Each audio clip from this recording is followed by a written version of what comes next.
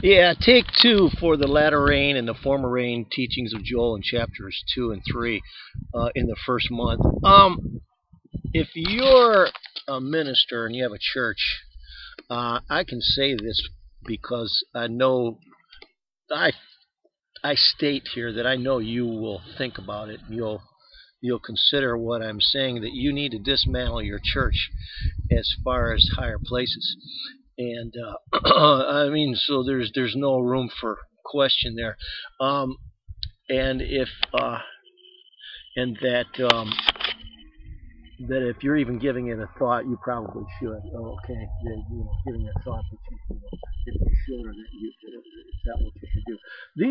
These are commandments from the throne of God, from His Word about the end of the church age, and much that judgment will begin at the house of the Lord, and that's kind of a teaching that sits kind of isolated, where there's not a whole lot that anybody can grab that's around it,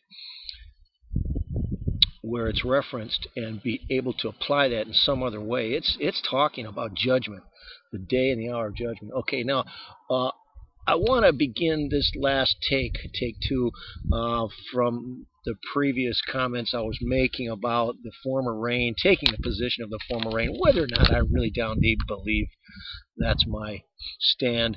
I'm the one probably who can fairly, as fair as anyone, keep a balance going in the body of Christ, because they can't do it. Harold Camping, whoa, I'm doing the best I can to keep him in the driver's seat, because of course they're not going to consider me. Okay, and I don't dare even want to be considered. I got my own projects, my personal projects. This is a spiritual battle anyway, and I'm not going to try and take it on without your help or anybody else's help, and I haven't had anybody even listen to me, and I don't care about that anymore. I mean, what I mean by that, it doesn't bother me anymore. When those that get into the pearly gates, that's for eternity, and there'll be plenty of time to establish that I'm somebody. I made it into the pearly gates.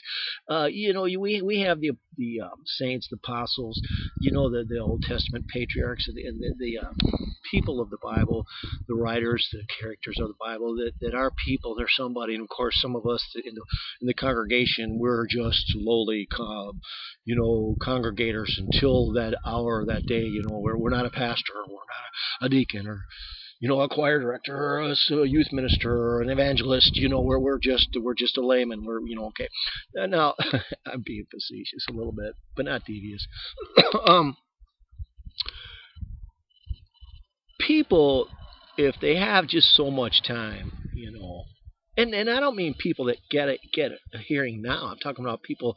Maybe they're 3 years old right now, and this isn't meant for them. God, they will have their personal moment in about 5 years when they're 8, and they'll see the end of the world. They'll see their soul. They'll see the work of the gospel, and the work of Christ, and the cross, and then they're going to see that at the end of the world, the end of the days, and they're going to see all that's now. So they're going to understand the end is here. It's not like tomorrow or sometime. You have different things, but what's the, I was going to say, what's the big hierarchical importance of the hour of the judgment seat of Christ, for example, let's say, which is 1,000 years from now. That gives us a lot of time to, we'll work up some kind of a pitch when we go walk by Him.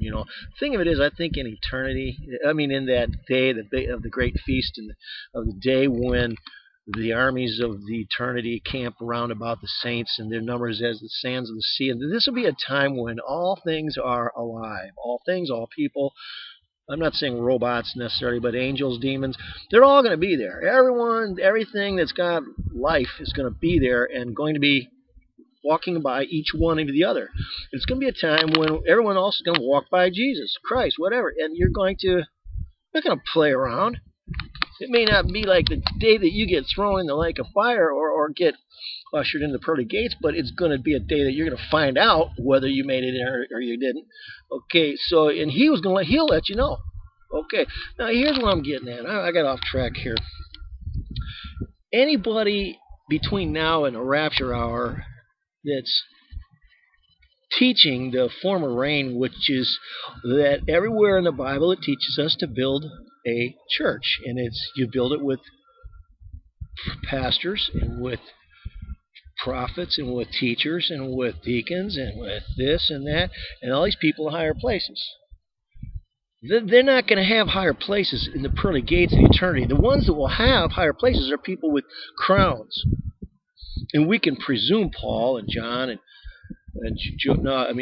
Paul and John and Matthew and Mark, they will have crowns, and Ruth, and Mother Mary, they'll have crowns, but not necessarily you or I, And you can be Billy Graham, and I'm using him as example given, not as an example. I'm not using him as an example. I'm just saying example given. You can be Billy Graham or the Pope, and you can make it into the pearly gates, and it might be for the first million years, everybody will have that look in their eye whenever that name or that person walks in or by because of how narrowly he got in, or something like that, And so, but he's still in. And look at the billions and millions and billions of people who are in the lake of fire. So, who are pretty much, you could say, then compared to the people who get in, they would be somebody who's lowly. They're down in the lake of fire. Okay, I think I've established my point that I wanted to make. You can begin all your arguments all you want, but if the end is here, you haven't got anything to say to me. So you can. I'm gonna listen, but you're gonna just, in about 3 seconds, whether how many words you can get out, you're going to sound ridiculous. If not, and that's the word I'm using here. I won't use that. You'll find I'm a pleasant individual when and if we ever meet before the rapture hour, while I'm still alive, and or if you're still alive. By the way, my hat says USMC. I was not given that hat, but I bought it recently at a Goodwill. I got to interview A.K. Brown. He was a USN, the United States Navy. The USMC was that I interviewed was. No, I haven't interviewed a USMC. USMC was someone who was